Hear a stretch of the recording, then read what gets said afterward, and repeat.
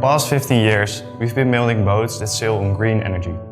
This means 15 years of development and 15 years of challenging ourselves to keep evolving. Every year we keep striving for innovation, and this year it is our turn to take the lead.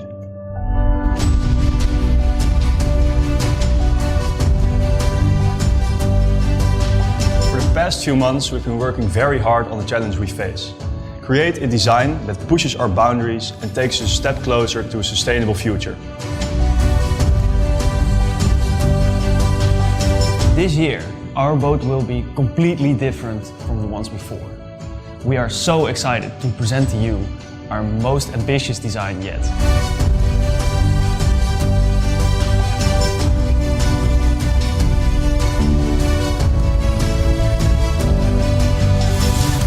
We, the Delft Solarboat Team 21, want to welcome you to our design presentation. Enjoy!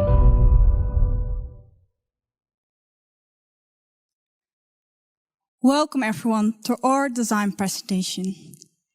It's great to see that so many people are present tonight. During this presentation, we will reveal the design of our new boat, the next step in solarboat history. My name is Simone Vis, and I'm the team manager of TU Delft Solarboat Team 21. First, I would like to take you back to December 2018. I was on exchange in Australia and got the unique opportunity to hold a koala. However, 1 year later, these images of the bushfires in Australia went all over the world and showed the catastrophic consequences of climate change. Nearly 3 billion animals were killed or displaced by these devastating bushfires. Is this how we see our future? A future with more floods, more frequent droughts and bushfires, and serious pollution of land and sea. A future where nature is becoming more out of balance every day and climate change continues. A future where we're not surprised that our clothes are made in Asia and transported thousands of kilometers. These bushfires showed me that we have to change, a change we have to work for. We live in an economy where we order more products from further away every year. However, we will reach the limit at a certain moment. Let me explain it with an example. Did you or someone in your family order a package for Sinterklaas or Christmas?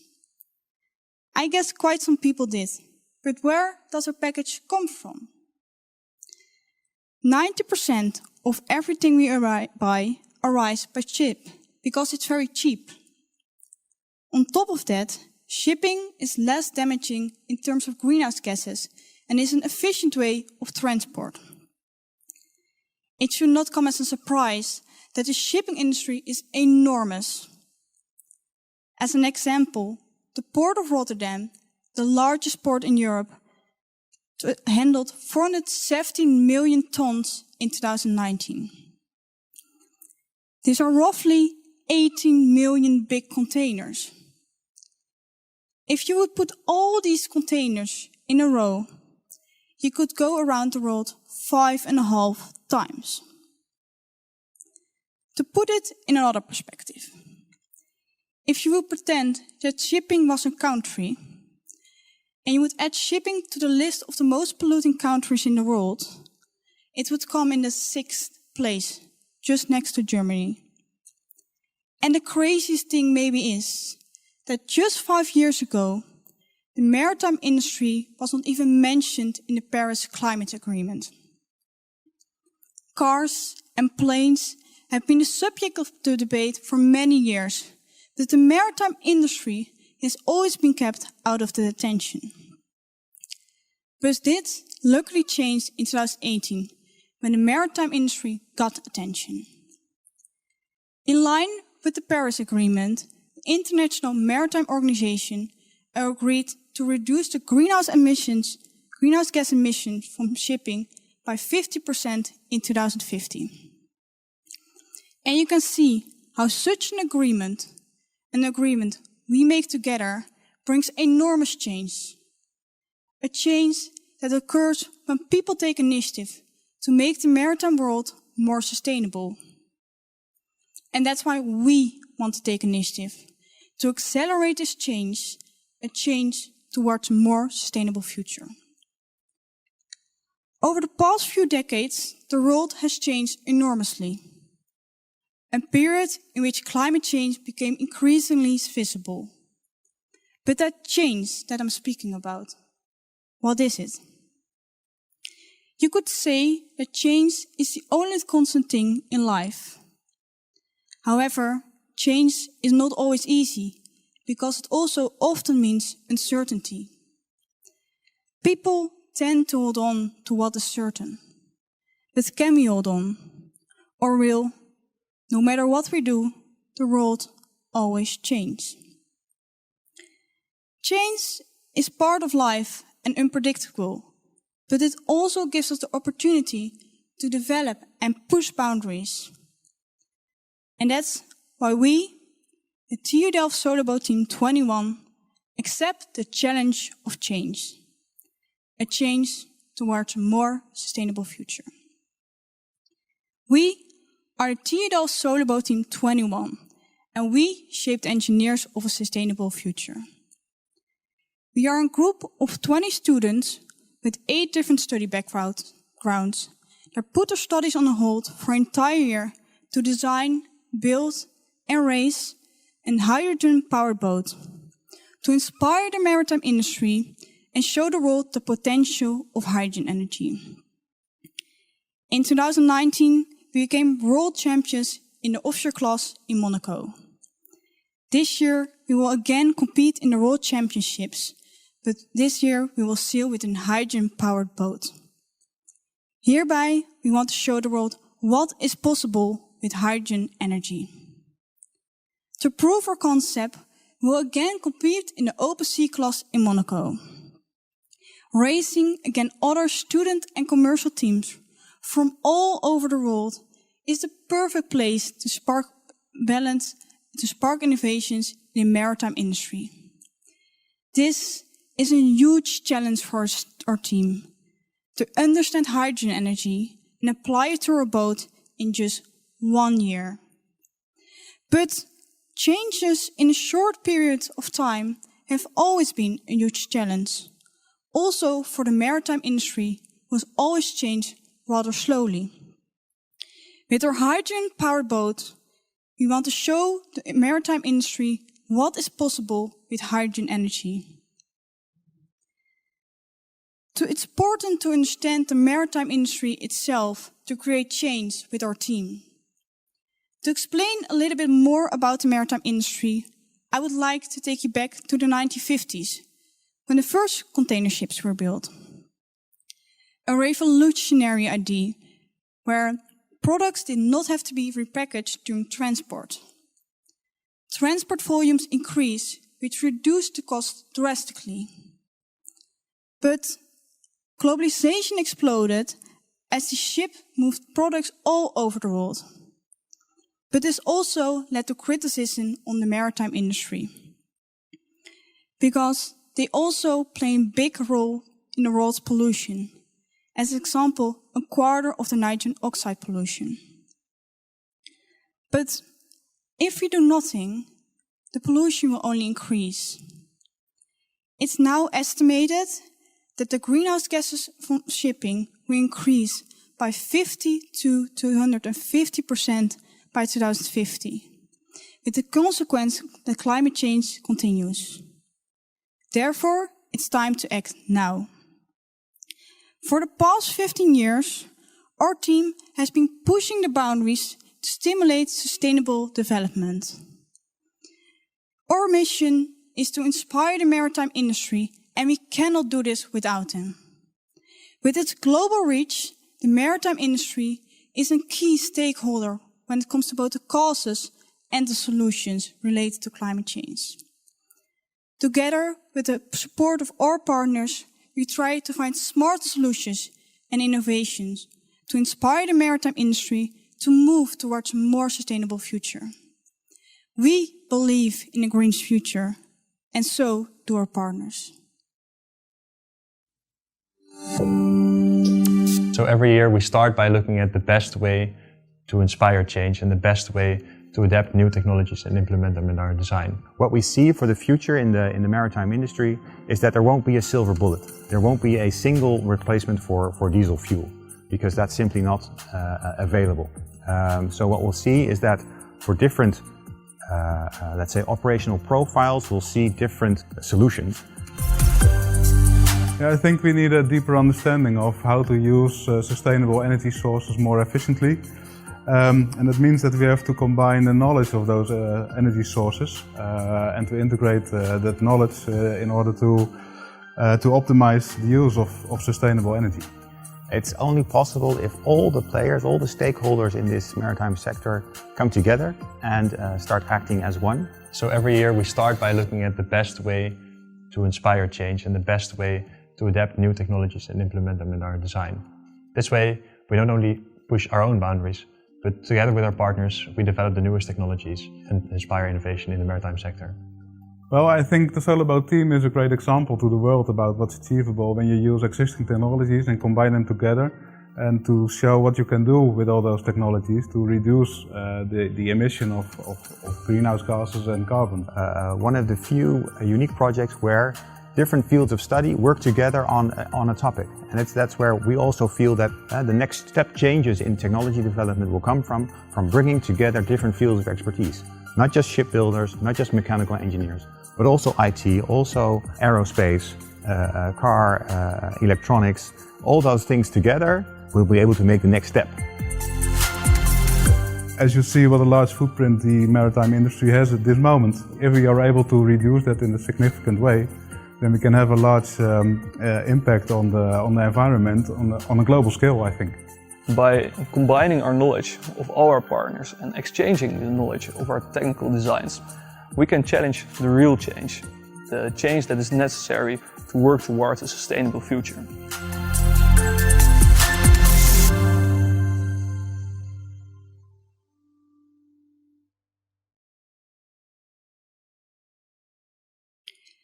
We are very happy that our partners recognize the problems of today's maritime industry and want to take the next steps towards a more sustainable future together with our team.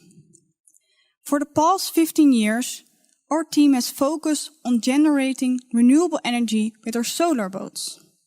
But this year, we take the next step. We will switch from generating clean energy to storing clean energy. And we explore hydrogen energy as an option for renewable energy storage. But why do we take this next step? Whether you believe in climate change or not, the supply of oil and gas will never be dry. We need to use different approaches if we want to move towards a zero-emission future. There are two approaches when it comes to powering electric transport: fuel cells or batteries. Batteries probably won't be able to solve it for the industry alone, because the demand of lithium is growing faster than the supply can satisfy. Hydrogen energy, on the other hand, has the benefit that it does not produce carbon oxide and is a clean fuel. Its lightweight nature and energy density, which is on average 236 times higher than lithium batteries, are huge advantages of hydrogen energy. However, the price of low dirty ship fuels makes it difficult for alternative fuels at this moment. It's namely that the reduction of the price cap is necessary to boost fossil-free fuels, because it's essential the emissions of the whole supply chain matter. And that's why we only together can bridge the gap between the problem and the solution. And that's what we did. We have been working on this design for 5 months race to build a hydrogen-powered boat and compete in the Monaco Open Sea class. It's our goal to inspire the maritime industry and show what's possible with hydrogen energy. I'm truly so proud to present to you our 2021 hydrogen-powered boat.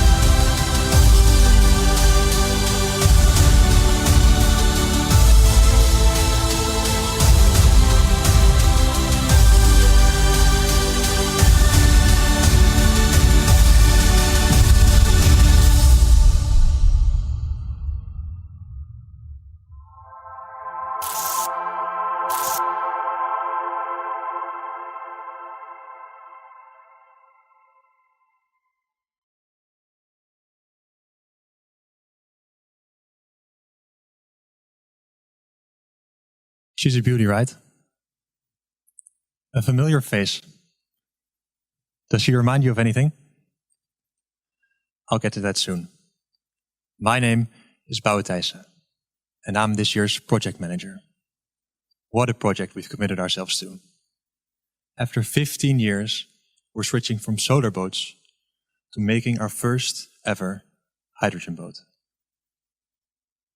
Quite a difficult year to make this step, is what we heard from partners, family, friends, and alumni. Choosing to switch to hydrogen also means choosing for countless unknowns. So many systems are new to us and the foundation. But also thanks to the help of those partners, family, friends, alumni, other dream teams, and most importantly, because the efforts our team put in, we are able to present our design today. We started working on our design in August, and we're working towards the race in July, when we will show the world what our boat can do. In the summer heat, at one of the most beautiful and prestigious harbors in the world, we will compete in the Monaco Open Sea class, a competition for green-propelled vessels. And our goal is to win the endurance race, a 6-hour race in which we need to sail as far as possible while carrying 3 passengers. 6 hours. Let that sink in. 6 hours, that's as long as 4 soccer games. Propelling a boat for 6 hours requires a lot of energy. And we can refuel in those 6 hours. That's why we don't just need to sail fast, we also need to sail very efficiently. As Simone explained, hydrogen contains a lot of energy within a relatively small volume and low mass. That's why this year we're making a hydrogen-powered boat. But how does it work? How do we use hydrogen to propel our boat for 6 hours? And how do we sail as efficiently as possible? Let's find out. Because we wanted to put as much focus as possible on making a well-functioning hydrogen boat, we decided to refit the 2019 boat. This award-winning and seaworthy trimaran was designed as a solar boat. It's 8.4 meters long, 6 meters wide, and has an immense solar deck carried by 3 hulls. But we decided to make a hydrogen-powered boat, so we no longer needed the solar deck, and for safety reasons we replaced it with 2 nets. That already looks a lot more like our boat. But something's still missing. We didn't just remove the solar panels, we also added a hydrogen system. That's why we added a cap. The cap doesn't just make us look cool and fast like a Formula 1 car, it also protects a crucial part of our design: the tank. Our hydrogen is stored in the tank, and our hydrogen is stored in a gaseous state at 350 bar. To make this comprehensible, say you're swimming and you decide to dive down 2 meters. You can already feel the pressure on your eardrums. But 350 bar is as if you were to dive down 3.5 kilometers. And even under this immense pressure, our tank is still 2.3 meters long. From the tank, the hydrogen goes to the fuel cell. The fuel cell is a device that uses chemical energy and transforms this into electricity.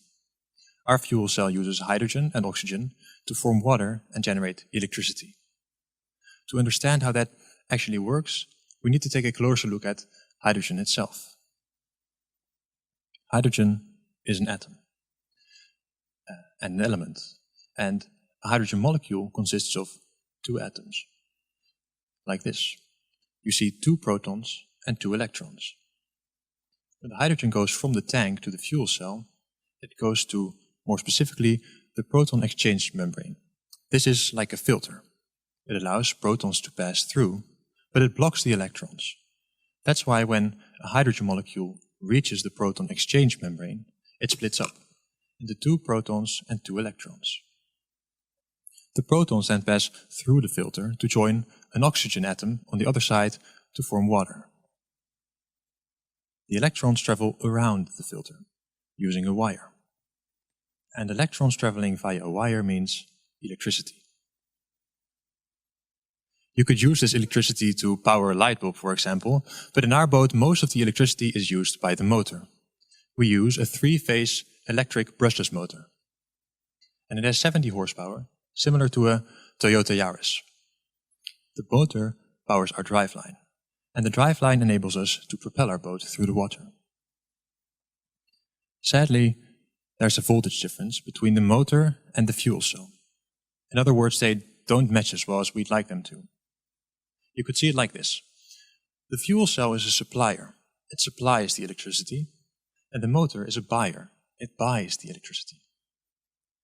But as I told you, they don't match as well as we'd like them to, so we use a middleman, the DC-DC converter. The DC-DC converter takes the electricity from the fuel cell and packages this in a way so that the motor wants to buy it. To summarize, the hydrogen is stored in the tank. From the tank it goes to the fuel cell where it's used to generate electricity. This electricity then travels via the DC-DC converter to the motor, so the motor can use it to power the driveline. More specifically, it powers a custom-made aluminium propeller. And the faster this propeller rotates, the faster we go. But also, the more power we use because we experience more drag. That's because when we're going faster, our hull has to push through more water every minute. That seems logical, right? The faster you go, the more drag you experience. But something special happens when we reach 22 kilometers an hour. Take a look at this graph. As the speed increases along the horizontal axis, the drag increases along the vertical axis. But then the drag suddenly drops at 22 kilometers an hour. As I explained, the faster you go also means you use more energy and experience more drag. That's the usual case. But our boat is nothing usual. This isn't just any boat. We use hydrofoils. When you take a look at our boat below the water surface, you see a 3-strut configuration. You see 3 struts, the vertical parts, and each strut is the connection between the hull and the foil. The foils are the horizontal parts. They're a lot like the wings on an airplane. They generate an upward force known as lift. However, similar to an airplane, we need to go fast enough for the foils to generate lift. We go fast enough when we reach our takeoff speed, 22 kilometers an hour. When we reach the takeoff speed, the foils and the struts lift our boat out of the water. Roughly 1,000 kilograms get lifted above the surface and will fly 40 centimeters above the surface. This will be a truly magical sight. Our boat is designed to fly on the ocean. That means that there will be waves that influence the balance of our boat. The lift generated by the foils will also experience small disturbances. That's why we need to actively control our foils, meaning we use a height control system. Our foils are actuatable, and we have 3 sensors that constantly measure the height and orientation of our boat. That means that when our starboard side drops ever so slightly, our sensors measure this, and they then tell the starboard foil to adjust its angle of attack, generating more lift and rebalancing our boat. We can also use the height control system to maneuver our boat. Similar to an airplane, our boat tilts left for a left turn and right for a right turn. This is known as differential pitch. And because we're able to fly for extended periods of time using our height control system, we can also fly and sail more efficiently, because when we're flying, only the struts and foils are pushing through the water. That means we're experiencing less drag, and thus we can sail faster without using as much energy. So, we have actuated foils carrying roughly 1,000 kilograms above the water. We have a fuel cell, a motor, a battery, tons of other electronics, and then, not to forget, the Mediterranean Sea shining brightly on our boat. All of this generates heat, and not just a little bit of heat. The fuel cell alone generates more heat than the entire 2020 boat. Our parts can't handle all this heat. That's why we need to cool them. We have a cooling system that pumps up 60 liters of water every minute. Through the L-foils, the seawater gets pumped up and pumped around our boat to cool the other closed loops. We have 4 loops: the open loop, pumping up the water, and this loop cools 3 closed loop systems. 1 loop for the fuel cell, 1 loop for the battery, and the 3rd loop for all the other electronics in our boat. So, I showed you a quick outline of our boat, because we believe that with this boat, we can inspire the maritime industry to change towards a sustainable future. Today, we shared our design, but the real work is still to come. Translating our design from the pages to the workplace. During the coming months, we will produce, assemble, and test our boat to realize our dream. Just imagine, you're in Monaco, it's good weather, the sun shining brightly, and then you see our boat cruising through the Mediterranean Sea. We're sailing, and it's slowly accelerating. And then suddenly you see the bow rising out of the water. Slow and steady, it rises higher and higher. Then, only seconds later, you also see the stern rising. And then you see it, a flying trimaran. It's flying across the Mediterranean Sea. 1,000 kilograms of engineering, of long days and short nights. The first ever foiling hydrogen boat. We will show the world just what's possible when you accept the challenge of change. Thank you.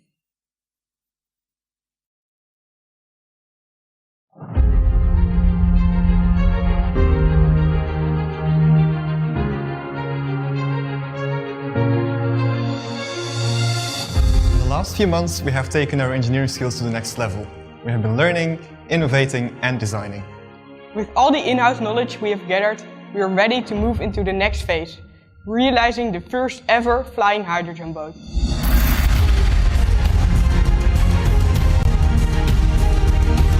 We are excited to take on this challenge, so we will be a part of the change needed for a sustainable future.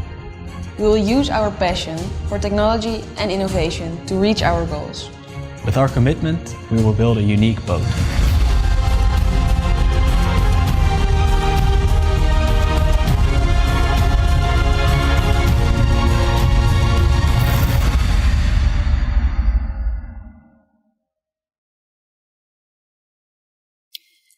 As you can imagine, we cannot make this beautiful boat alone.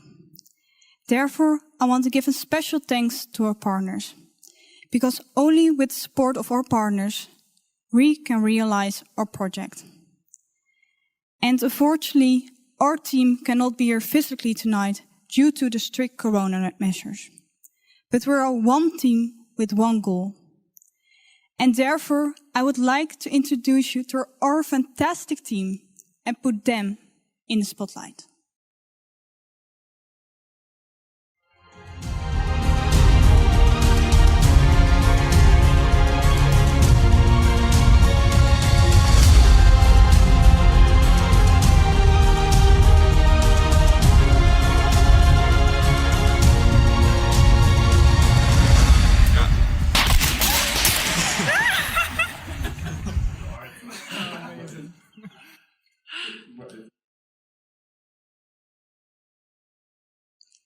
Because even though this year is different than usual, everyone is always there to help each other and always connected to the team, both offline and online.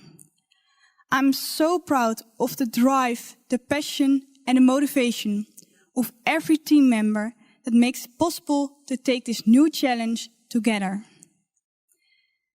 These devastating bushfires in Australia show me that we have to change.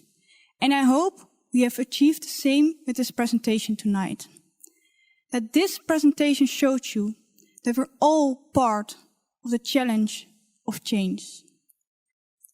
I would like to thank you all for joining our first online design presentation.